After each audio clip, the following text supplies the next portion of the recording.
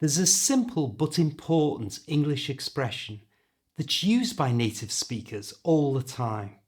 It's so useful it can be used in 3 different ways, and it can even stop you getting into an argument or a fight. So it's really important to add to your vocabulary when you're having English conversations. Hi, I'm Steve. Let's do this. This is the English expression I'm talking about, fair enough, and it's how you say it and use it that's so important. Let's start by learning how to pronounce it correctly.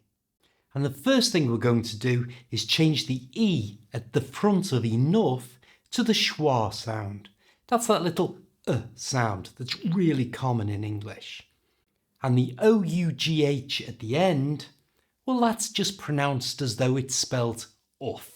So together, this word is now pronounced enough, not enough, enough.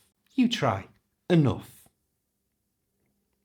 Now, because the first word fur ends in an R, and that's a consonant sound, and enough starts with a schwa sound, which is a vowel sound, it means we can link these 2 words together to sound more natural.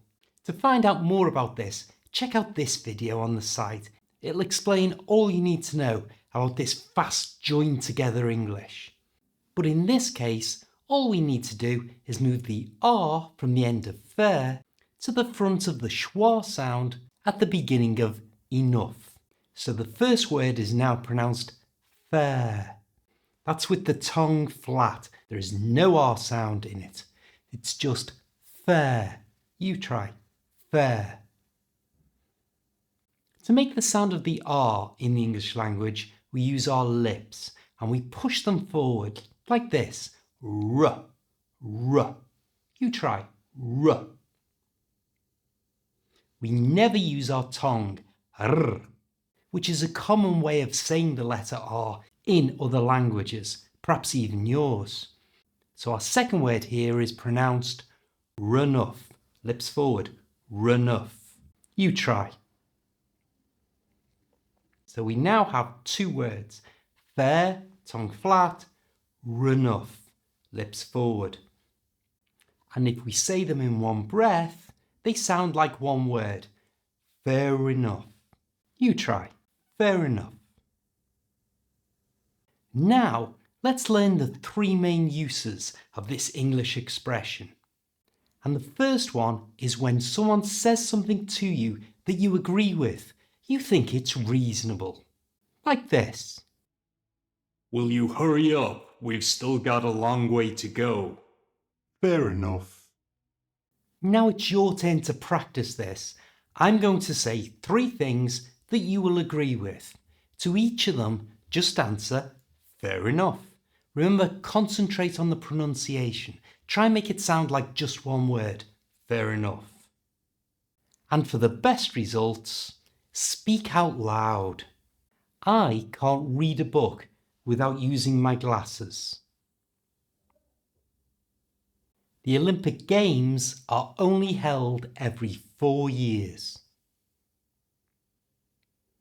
Not all shops are open at the weekend. The next use of fair enough is when you ask someone a question and are disappointed with the answer, but you don't want to argue.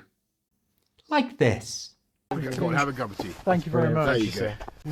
Boris, can I have coffee? I want you to have a cup of tea. Fair enough. Now it's time for you to practice this.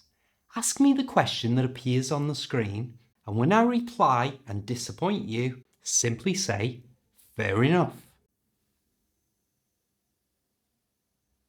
I'm sorry, I can't.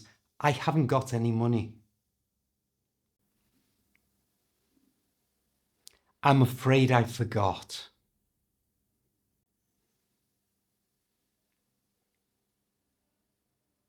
No, I don't feel like it.